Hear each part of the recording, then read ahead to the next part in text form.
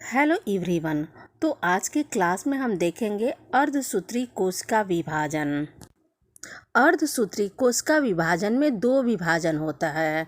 First है meiosis first and second है meiosis second. Meiosis first को हेक्टोटाइपिक डिवीजन या रिडक्शन डिवीजन भी कहते हैं। तो मियोसिस फर्स्ट की 5 अवस्थाएं हैं। फर्स्ट है prophase first, second metaphase first, third anaphase first, fourth telophase first और फिफ्थ है आपका साइटोकाइनेसिस। मियोसिस सेकंड को होमोटाइपिक डिवीजन्स भी कहते हैं। इसके 4 अवस्थाएं हैं।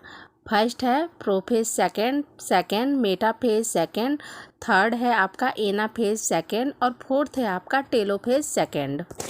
मियोसिस फर्स्ट की सबसे पहली अवस्था प्रोफेज फर्स्ट हम देखेंगे। प्रोफेज फर्स्ट की सबसे लंबी अवस्था है।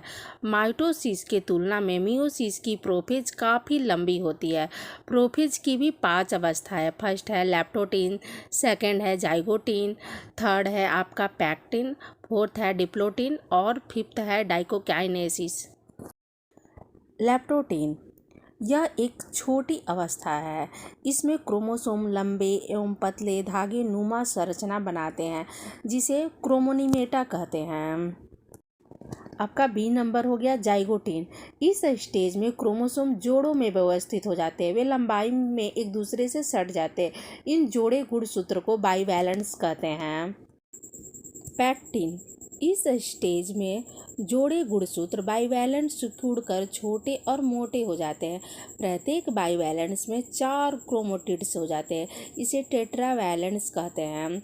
इनमें 2 मातृ तथा 2 पितृ क्रोमेटिड्स होते हैं। डी नंबर है आपका डिप्लोटीन। इस स्टेज का स्टार्टिंग उसी समय हो जाता है जिस समय बाइवैलेंट के समजात क्रोमोसोम विभाजित होकर टेट्रावैलेंस बना लेते हैं। समजात गुणसूत्र अलग होने लगते हैं। जोड़े के 2 सदस्य पूर्ण रूप से अलग नहीं हो पाते क्योंकि वे एक दूसरे से एक्स के रूप में उलझे रहते हैं। ऐसे स्थान को काइजमेटा कहते हैं। आपका ई है डाइकाइनेसिस। इस स्टेज में बाइवैलेंट अधिक और छोटे और मोटे हो जाते हैं। केंद्रक के दीवार के निकट चले आते हैं। केंद्रक कला एवं केंद्रिका लुप्त हो जाती हैं और सेंट्रोसोम अलग हो जाते हैं। अब हम देखेंगे मेटाफेज फर्स्ट।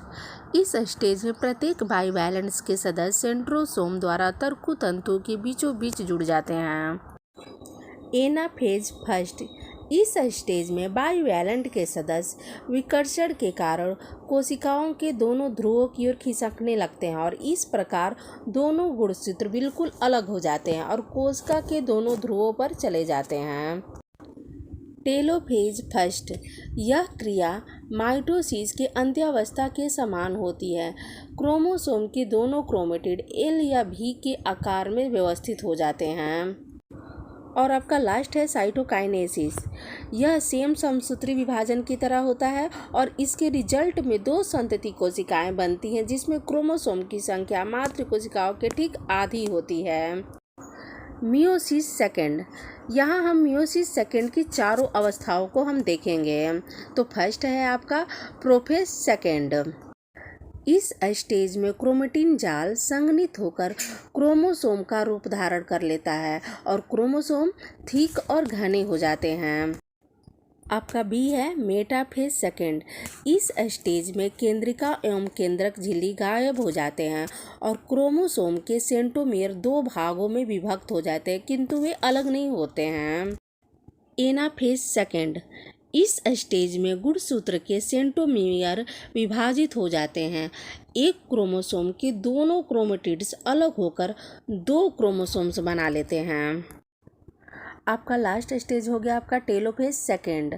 इस स्टेज में ध्रुवों पर स्थित क्रोमोसोम के चारों ओर केंद्रकीय झिल्ली बन जाती हैं और केंद्रिका का निर्माण पुनः हो जाता है।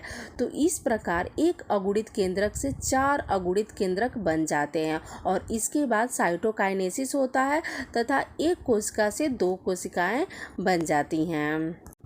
तो इस प्रकार आपको मियोसिस फर्स्ट और मियोसिस सेकंड की स्टेज पूरी होती है और इस स्टेज पूरा होने से ही अर्धसूत्री कोशिका विभाजन पूर्ण होता है।